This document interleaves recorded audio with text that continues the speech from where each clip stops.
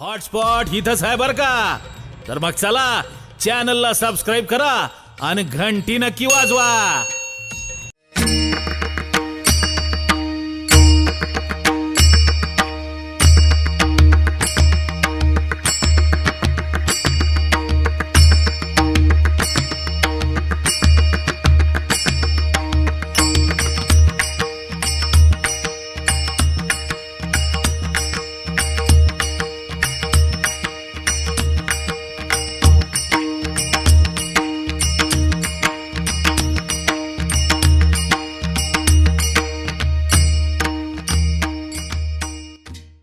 त्या नागपूर जिल्ह्यात कीर्तनाला गेलो. अमरावतीच्या अलीकडे असा बस स्टँडवर उभा एक ट्रॅक्टरवाला समोरून आला आणि त्या ट्रॅक्टरवर गाणं सुरू होतं. बघ बघ बघ सके कस गुबू गुबू असं तिथं चालू होतं. तुम्ही इतका सुंदर बोल वाजवला. मला कधी कधी असं वाटतं हे बंद पडलं तरी तुम्ही आणि मी ते गाणं एवढ्या पहाटे पहाटे नाही आहे का वाटत. मी त्या पोराकडे पाहिलं नुसतं हसलो. हसल्याबरोबर तर त्यानं 50 फुटावरती गेला आणि गाणं बदलवलं. त्यानं गाणं लावलं पाऊले चालती पंढरीची वाट. आता तो चित्रपटातलं गाणं परत ट्रॅक्टरवर लावेल की नाही लावेल हे मला माहिती नाही. माझी काहीच किंमत नाही. पण मी जो पोशाख घालतो त्याची तर किंमत आहे ना. या पोशाखाकडे पाहून त्याला चित्रपटातलं गाणं बदलावं वाटलं. ही संघानं निर्माण झालेली भावना आहे. संघामध्ये सुद्धा मनुष्याची भावना बदलत असते. काही वेळेला व्यक्ती सापेक्ष आपण एखाद्या चांगल्या माणसाच्या संगतीत जावं. दर्शनाची प्रशस्त पुण्य पुरुष साधू पाहला की समाधानच वाटतं. साधू देखत राम कबीरजी म्हणतात ना, जल देखत शुद्धता उपजे कामिनी देखत काम शस्त्र देखत हिंसा उपजे साधू देखत राम कबीरा साधू देखत राम. कामिनी पाहिली का काम जागा होतो. पण हा नियम सगळीकडे लावू नका कृपा करून. कारण ज्ञानोबा बोलतात जैसा मिना ते देखोनी बकू का निदाना ते रंकू श्री देखोनी कामकू प्रवृत्ती धरी. हे जरी खरं असलं तरी ती उपाधी साधूला लावू नये. मग तर सगळेच होतील त्यात. नाही नाही ते सगळीकडे लावणं चुकीचं आहे. असो माझा मूळ हेतू मूळ मुद्दा असा आहे, आपण या देहानं जर गेलो तर कुठंतरी काहीतरी कारणामुळे अडकूच. काहीतरी कारण सांगून अडकूच. पण मात्र कुत्र्याच्या देहात गेलो. त्याला कुत्रा होताना अगोदर तर लाज सोडावी लागली. त्याला शरम सोडावी लागली. घरात राहायला भेटेली अपेक्षा सोडावी लागली. कारण कुत्र कोणाच्या घरात शोभा देत नाही. कुत्र कुठे आहे? दारात. या सगळ्या गोष्टी मला आज मिळाल्या. मी त्या करायला लागलो. सहज नाही झालो नाथ महाराज. मी त्या गोष्टी साध्य केला. मग संतद्वारी कुत्रा झालो. त्या बेड्या निवृत्त केल्या मी. सहज कीर्तनाला जायचं म्हटलं तरी माणसाला बंधन येतं. सहज निघता येतं का? निघालं तरी पोहोचता येतं का? नाही येत. सुरुवातीला माणूस म्हणतो मी जातोय कीर्तनाला. दिवाळीमध्ये जाऊ नका खबरदार थंडी वाढली आहे. नाही नाही जावंच लागेल. मी सांगते ना जाऊ नका मी जाईल. तो माणूस करतो थोडी डेअरिंग. पण ती बाई इथं थोडीशी भाषा बदलवते. नका न जाऊ. जाऊ दे मग. न लागला की घरी राहतो माणूस. याला बंधनच म्हणतात ना. मी नाशिक जिल्ह्यात कीर्तनाला गेलो. अगदी खरं म्हणजे मी पहिले काही खोटं बोललोय असं काही नाही. पण ते आता खरं बोलल्याशिवाय लोकांना अगदी खरं वा असं सांगितल्याशिवाय तुम्ही टक लक्ष देत नाही. म्हणून सांगतो मी रात्री कीर्तनाला गेलो. सकाळी मला काही दिशा लक्षात आली नाही. कोण्या दिशेनं आपण आलो. पहाट झाली. स्नान वगैरे झाल्यावर मी त्या घरमालकाला म्हटलं का हो तुमच्या घराची पूर्व दिशा कोणती आहे? त्यानं त्याच्या बायकोकडे हात दाखवला.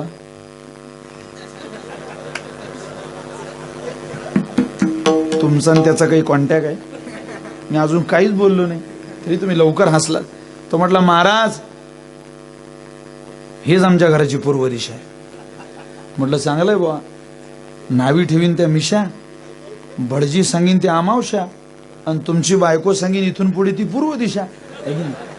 नियम लागू करू आपण आता. हे बंधनच आहे ना. हे निवृत्त करता करता करता करता कितीतरी कालावधी जीवनातला निघून जातो. पण ते जात नाही. किती प्रयत्न करा. अरे आशा उपजली अनंतासी नीच वामनत्व आले त्यासी आशे दीन केले देवासी. एरक कथा का इतरांची आशाचे नादाले तुका म्हणे वाया गेले, तुका म्हणे वाया गेले, तुका म्हणे वाया गेले.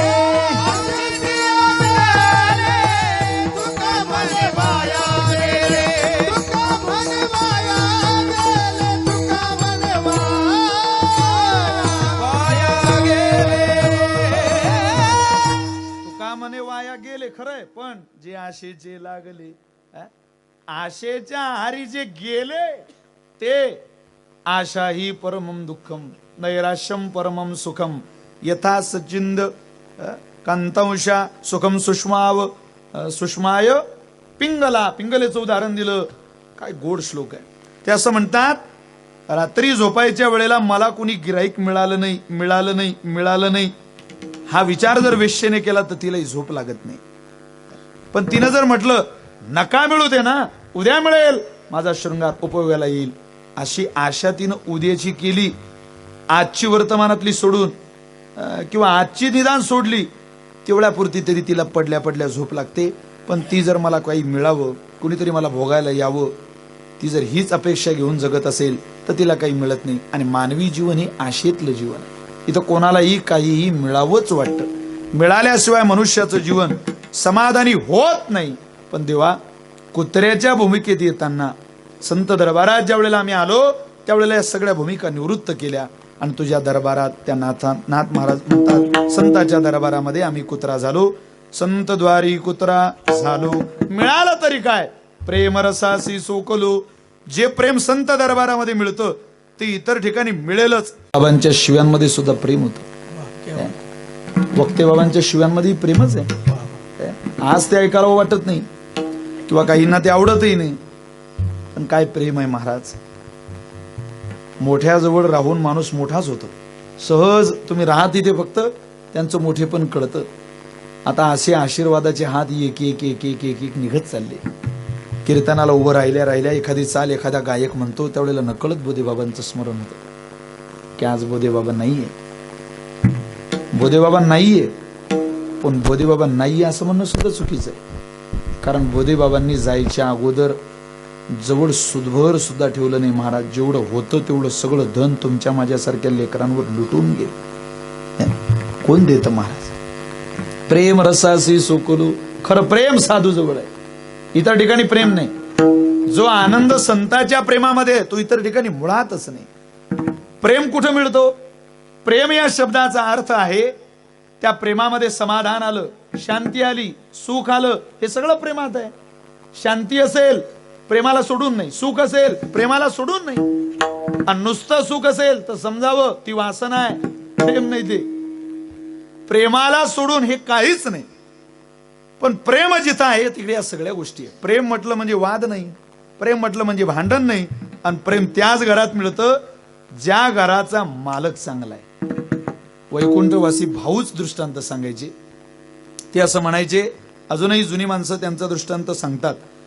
तो जसाचा तसा मला सांगता येणार नाही, कारण तो सांगण्याचा प्रयत्न सुद्धा मी करणार नाही त्यांच्यासारखा. पण तुम्हाला पटेल असा सांगण्याचा निश्चित प्रयत्न करतो. ते असं सांगायचे, मोठ्या घरामध्ये कामं वाटून दिलेली असतात. जुने घर मोठे आहेत, 3-3 सुना, 3-3 मुलं एकत्रित, त्यांचा परिवार, 3 सुनांनी कामं करावे. महिला मंडळी ऐका जरा नीट. लहानीनं स्वयंपाक करावा, मधलीनं धुनी भांडी करावे आणि मोठीनं शेताला जावं, हे ठरलेलं. लहानी स्वयंपाकाला लागली. ती एक दिवस स्वयंपाक करत असताना ती भाजी शिजायला घातली आणि तिचं मीठ घालायचं बाकी होतं. चांगली हुशार बाई भाजीमध्ये मीठ कधी घालते? कधी घालते? तुम्ही बोर झाले का? मी घरी जाऊ का? बोला ना मग जरा. कधी घालते? हा, तुमच्याकरता देवानं थंडी कमी केली बुवा. बोला तुम्ही जरा. तुमच्या भागात तरी थोडीशी थंडी वाटते मला, आमच्याकडे तर अगदी महाराज तापमान आहे. पण यंदाचं वातावरण असंच आहे, कोण्या भागात थंडी कोण्या भागात गरम. पावसाचंही तसंच. जून महिन्यात पाऊस सुरू झाला. म्हटलं हा कधी जातो? बहुतेक वारी झाल्यावर जाईल. त्यानं वारी केली तरी पाऊस सुरूच. म्हटलं बहुतेक विधानसभेच्या निवडणुका पाहून जाईल रे बापा. विधानसभेच्या निवडणुका पाहिल्या, पाऊस आहेच. मतदानाच्या दिवशी हजर. म्हटलं हा काही मुख्यमंत्री पाहिल्याशिवाय जात नाही. त्यानं एक नाही 2 मुख्यमंत्री पाहिले.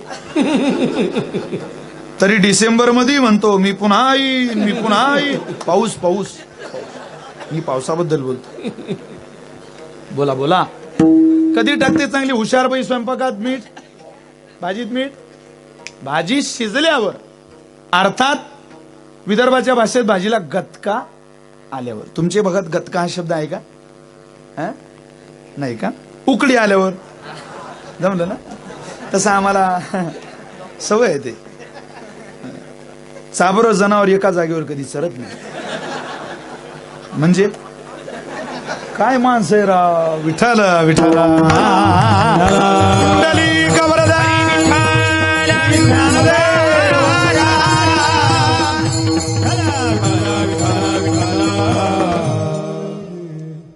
भाजी उकळीला यायची बाकी होती आणि तिचं मीठ घालायचं राहिलं होतं. मीठ लवकर घालत नाही याचं कारण असं आहे, सुरुवातीलाच मीठ घातलं तर भाजी शिजायला उशीर लागतो. मीठ हा क्षारयुक्त पदार्थ आहे. बघा कुटुंब कसं चालतं प्रेमाच्या आधारावर. प्रेम रसासी सोकोलो, हे का भूमिका खरी आहे, का हा लाभ खरा आहे, दृष्टांत तुमच्या समोर मांडल्या मांडल्या तुमच्या लक्षात येईल. तिचं मीठ घालायचं राहिलं म्हणून तेवढ्यात तिला मैत्रीण आली तिची पुण्यावरून आणि तिला भेटायला जायचं होतं. ते फार वेळ थांबणार नव्हती. करू तरी काय म्हणे. ती मोठीकडे गेली. ताई, मोठीकडे म्हणजे तिच्यापेक्षा मोठीकडे, मधली, तिची जाऊ. जाऊ जाऊ बाई, मी जाऊ. काय ग, कुठं चालली? जरा भाजीमध्ये मीठ घाला आमच्या. तेवढं भाजीत मीठ घालायचं राहिलं. उकडी येईलच आता. तुम्ही जर मीठ घातलं तर आणखी चवदार भाजी होईल. श्री मोठी बोलायला हुशार. ती म्हणे मी तुझ्यापेक्षा मोठी, तू मला सांगायला आली मीठ घाला. वाग म्हणे नवसाची तू. चल निघ, तुझं काम तू कर. ती म्हणे ही काही ऐकणार नाही, ही जरा जास्त मोठ्या घरची आहे. ती तिच्यापेक्षा मोठीकडे गेली. ताई, जरा भाजीत मीठ घाला ना, आम्हाला जरा एक महत्वाचं काम आहे, अडचण आहे थोडीशी. तुम्ही जर मीठ घातलं तर उपकार होतील तुमचे. घाला तेवढं भाजीमध्ये मीठ. ती म्हणे मी तुमच्यापेक्षा दोघींपेक्षाही मोठी आहे. आठवतं का तुला मी तुला एखादं काम सांगितलं? ती म्हणे नाही. मग काम उरकत नाही तर लवकर उठलं पाहिजे. मी काही तुझं काम करू शकत नाही. तुला मीठ घालायचं तर घाल. उगाच चव बी बिघडली तर माझ्या नावाने बोंबा होतील घरात. नाही, ती हायकमांडकडे गेली. यांना कळतं यात नवल नाही, पण तुम्हालाही हायकमांड कळतं नवल आहे तुमचं. आत्या, आत्या, आत्या आल्या आत. काय ग, जरा तेवढं भाजीत मीठ घाला. ते म्हणे भाजीत मी आणि मीठ. तिनं 15 मिनिटीचा इतिहास, भूगोल, नागरिकशास्त्र, समाजशास्त्र सगळाच काढला. पार धुतली तिला 15 मिनिट. 15 मिनिटानं तिची भाजी शिजली. चल निघ, भाजीत मीठ घाल, मग जा कोण्या मैत्रिणीला भेटायला. ती म्हणे इतका वेळ जर पातेल्याजवळ थांबली असती तर अजून चवदार भाजी झाली असती. तिनं भाजीत मीठ घातलं, मैत्रिणीला भेटायला निघून गेली. तिने घातलं का नाही घातलं याचा तर विचार करायचा. तिच्यापेक्षा जी मोठी होती मधली, ती म्हणे आज काय आपण हे बरं केलं नाही. भाजीत मीठ घालणं काय कष्टाचं काम आहे का? आपण तेवढं काम करायलाच पाहिजे होतं आज, कुठल्याही परिस्थितीत. कारण भाजी आपल्या घरची, जेवण आपलं. ती गेली, बरणीतलं मीठ भाजीत घातलं आणि कामाला लागली. तिच्यापेक्षा मोठी होती, ती म्हणे आज तिला अडचण आहे, उद्या आपल्याला ये. अडचणीचा भाग असतोच प्रपंचात. आपण मीठ घातलं पाहिजे. ती गेली, भाजीत मीठ टाकलं. सासू म्हणे हेच काम जर मला माझ्या मुलीने सांगितलं असतं तर मी केलं नसतं का? सासू गेली वन, तिने भाजीत मीठ घातलं. आता एकीनं मीठ घालायच्या भाजीत चौघीनं मीठ घातलं. काय भाजी झाली असेल ती? आणू का थोडी? चवदार भाजी झाली बुवा. घराचा मालक जेवायला आला. अर्थात कोण? लक्ष द्या, सासरा जेवायला आला. ताट वाटलं, पुढे ताट आणलं, पहिला घास घेतला. सासऱ्याला समजलं पोरीनं मीठ जास्त घातलं म्हणे गड्या भाजीत.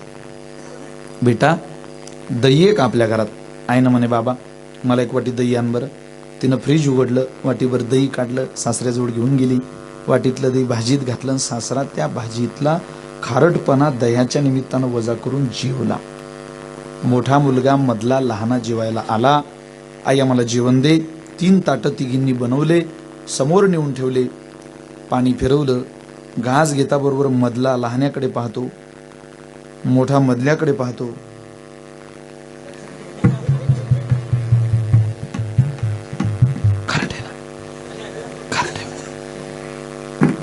आई बाबा जेवले? जेवले. काय खाल्लं? म्हणे हेच. पण कधीच भाजीत दही घालत नाही, आज दही घातलं. मला 1 वाटीभर दही दे. मधला म्हटलं मलाही दे ग. लहाना म्हटलं आई मलाही दे थोडस दही. 3 वाट्या दह्याच्या आणल्या, तिघींनाही दिल्या. वाटी वाटी दही भाजीत घालून ते तिघही जेवले. आता जेवायला बसल्या कल्पना, माधुरी, ऐश्वर्या, जया बच्चन, सासू. पहिला घास घेतला, मग मात्र समजलं भाजी खारट झाली. दृष्टांत संपला. पण चौघी रडल्या. का? उकरड्यावरती फेकून द्यायच्या लायकीची भाजी आहे ही, पण तरी आपल्या घरातली सगळीची सगळी माणसं जीवन तृप्त आहेत. भांडण झालं नाही आणि घरातलं सुदभर काडीचं सुद्धा प्रेम बिघडलं नाही. याला कारण काय असेल? त्याला कारण काहीच नाही मसलेकर.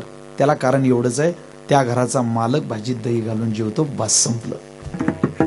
तसं तुम्ही सुखी आहे आणि मी सुखी आहे. याचं कारण काय आहे? कारण या घराचा मालक स्वानंद सुखनिवासी गुरुनाम गुरु सद्गुरु जोग महाराज आहे. स्वानंद सुखनिवासी भोसले बाबा आहे. म्हणून या कुटुंबामध्ये प्रेम आहे, या कुटुंबामध्ये वाद नाही. म्हणून धाडसानं बोलतात नाथ महाराज, प्रेम रसासी सोकलो. इतकं मिळालं की प्रेमामध्ये उणीवच राहिली नाही, सोकायला झालं. इतकं प्रेम मिळालं. पण महाराज, इतकं प्रेम मिळण्याचा आधार, मूळ पाया, बेस काय होता? अभंगाचं 2रं चरण. भुंकत भुंकत द्वारी आलो, भुंकत भुंकत द्वारी आलो, भुंकत भुंकत द्वारी आलो, भुंकत भुंकत द्वारी आलो, भुंकत भुंकत द्वारी आलो, भुंकत भुंकत भुंकत भुंकत भुंकत द्वारी आलो, भुंकत भुंकत द्वारी आलो, भुंकत भुंकत द्वारी आलो. थारोळ्या बैसलो, थारोळ्या बैसलो, भुंकत भुंकत भुंकत भुंकत द्वारी आलो, भुंकत भुंकत द्वारी आलो. थारोळ्या बैसलो, थारोळ्या बैसलो, भुंकत भुंकत द्वारी आलो, भुंकत भुंकत द्वारी आलो, द्वारी आलो, भुंकत द्वारी आलो. हॉटस्पॉट इथंच आहे बर का. तर मग चला, चॅनलला सबस्क्राईब करा आणि घंटी नक्की वाजवा.